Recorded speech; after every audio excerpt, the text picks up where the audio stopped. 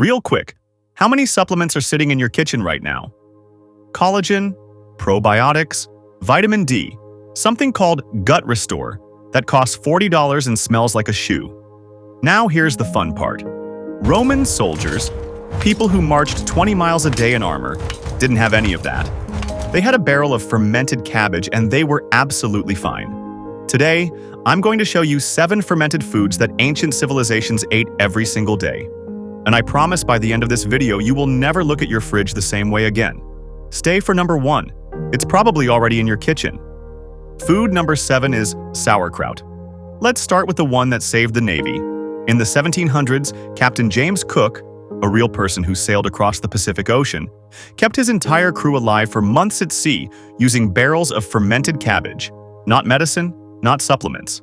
Cabbage and salt. That's sauerkraut. And here's what was actually happening inside those barrels. Raw cabbage packed in salt produces billions of live lactobacillus bacteria, the same good bacteria your gut desperately wants. It also produces vitamin C, which is why the sailors didn't get scurvy. And it produces organic acids that directly reduce inflammation in the gut lining. Now here is the trap most people fall into. The sauerkraut in a can or a sealed shelf-stable jar has been pasteurized and heated until every single live bacteria is dead.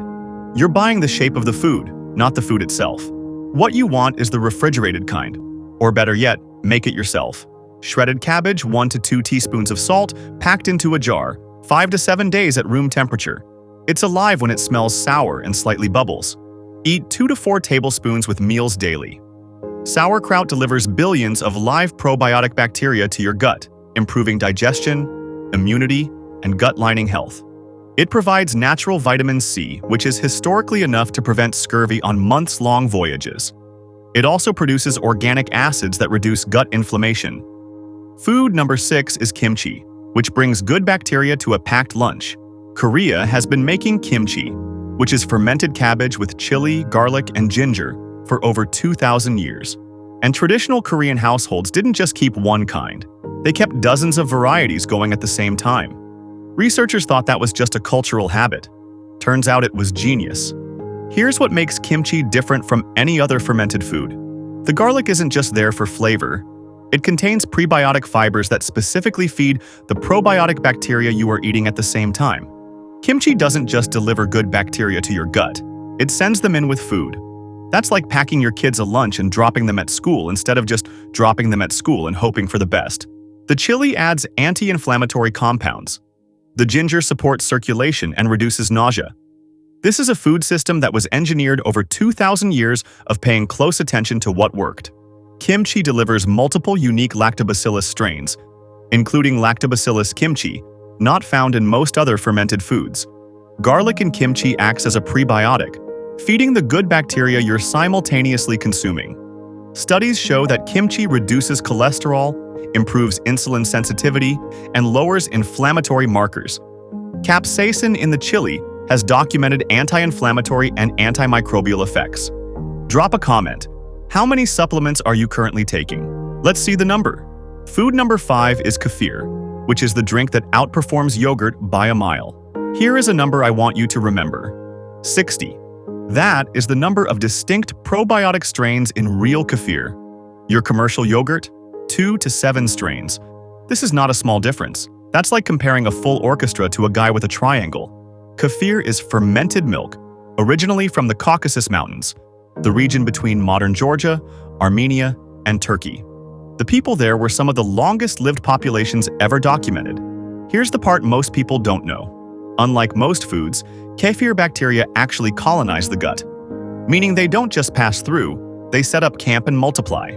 And because the bacteria predigest the lactose during fermentation, many people who can't tolerate regular milk can drink kefir just fine. Kefir contains up to 60 probiotic strains that are far more diverse than any commercial yogurt. Bacteria actually colonize and multiply in the gut, not just pass through. It has been clinically shown to reduce IBS symptoms and lower inflammatory markers. Kefir predigests lactose during fermentation, which is accessible to many lactose-intolerant people. Food number 4 is real sourdough bread. I want to tell you a quick story. In the Bible, 1 Kings chapter 19, the prophet Elijah collapses in the desert. He's been running for his life, hasn't eaten in days, and he's completely depleted. An angel appears and gives him bread and water, and the text says he traveled on the strength of that food for 40 days. Now read that through the lens of modern science. A body starved of energy and minerals, given slow fermented grain bread. That's not just poetry. That's a precise description of cellular restoration. Real sourdough is bread fermented for 12 to 48 hours using wild yeast and lactobacillus bacteria, and not commercial yeast, not the loaves made in 2 hours at a bakery. During that long fermentation, something remarkable happens. The bacteria eat the sugars that would otherwise spike your blood sugar. They produce acids that break down phytic acid, the compound in wheat that normally blocks your body from absorbing zinc, iron, and magnesium. They partially pre-digest the gluten proteins. The bread literally gets easier to eat before you eat it. The usual bread in a plastic bag with a 3-week shelf life shares a shape with sourdough. That's approximately where the resemblance to real sourdough bread ends. Sourdough bread produces a significantly lower blood sugar spike compared to regular bread, which is confirmed in multiple studies. It breaks down phytic acid, unlocking zinc, iron, and magnesium that your body couldn't absorb from regular wheat. Sourdough bread pre-digests gluten proteins. Some people with gluten sensitivity tolerate long-fermented sourdough without symptoms. Food. Number 3 is apple cider vinegar with the mother. Vinegar shows up in the Bible as ordinary table food. Ruth is offered bread and vinegar as a meal. The Nazirite vow specifically prohibits wine vinegar, which tells you it was common enough to need prohibiting. This wasn't a health trend. It was just how people ate. Real apple cider vinegar with the mother, the cloudy, stringy stuff at the bottom, goes through 2 fermentations. First, the apples ferment into hard cider. Then a second fermentation converts the alcohol into acetic acid. The mother is the living colony of bacteria left from that process. The clear, filtered version in the grocery store aisle has had all of that removed for appearance. You're buying vinegar without the actual medicine.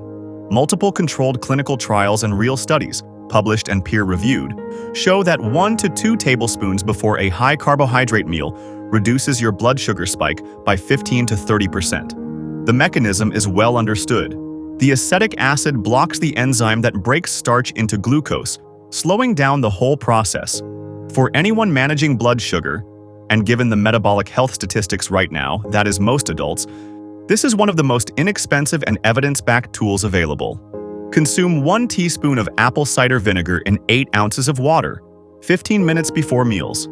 Always have it diluted and never drink it straight, as it will damage your tooth enamel and your esophagus over time. Apple cider vinegar reduces post-meal blood sugar spikes by 15 to 30%, as confirmed across multiple clinical trials. It improves insulin sensitivity and lowers fasting glucose with regular use. Apple cider vinegar stimulates stomach acid production, helping people with low stomach acid absorb protein and minerals better. Food number 2 is miso, which is Japan's 1,000-year secret to living longer. Japan has the longest documented life expectancy in the world. Researchers have spent decades trying to figure out exactly why. And one of the most consistent answers is daily miso soup. Not once a week, not as a treat, every single morning. For 1,000 years. Miso is fermented soybeans, sometimes with rice or barley, aged using a mold called Aspergillus oryzae. The fermentation process transforms the soybeans so completely that they barely resemble the original ingredient. What you end up with is food extraordinarily rich in digestive enzymes, free amino acids, and beneficial bacteria. Traditional Japanese culinary texts going back centuries specify: dissolve miso into hot but not boiling liquid. They followed that rule before anyone understood the biochemistry. The right way is to warm your broth, turn off the heat, then stir in the miso. That one change is the difference between eating miso as medicine and eating miso as an expensive, salty paste. Miso is rich in digestive enzymes and free amino acids that support nutrient absorption.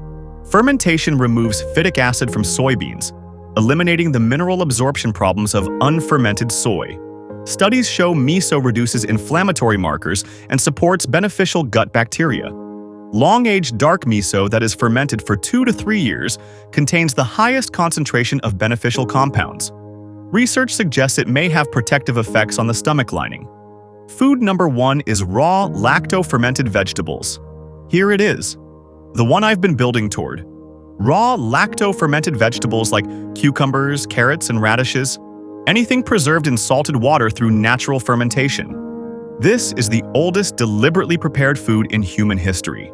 It appears in virtually every civilization that has ever existed under different names, with different spices and vegetables, but always the same core process: salt, water, thyme, and the natural bacteria that live on the surface of vegetables. Now here's what I need you to do right now. Go to your fridge and grab whatever pickles you have. Flip the jar over and read the ingredients. If it says distilled white vinegar, then no bacteria were involved. That is an acidified pickles, not a fermented one. It's shelf-stable and medically inert. It tastes fine, but does nothing.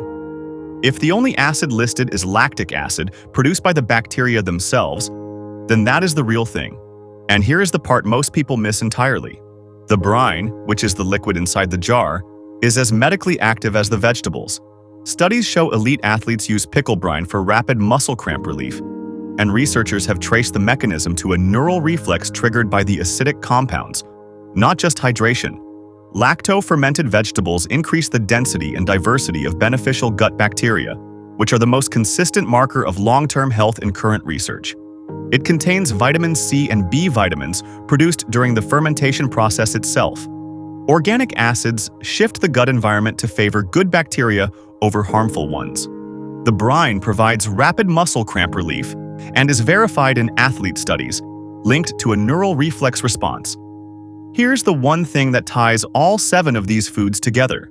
Every single one of them has been processed, pasteurized, or diluted beyond recognition in the modern food supply. And every single one of them still works exactly the way it did 2,000 years ago, if you get the real version. Share this video with someone who is spending $40 a month on supplements and eating pasteurized pickles. They deserve to know. Drop a comment. Which of these 7 are you already eating? Subscribe to our channel for more healthy updates.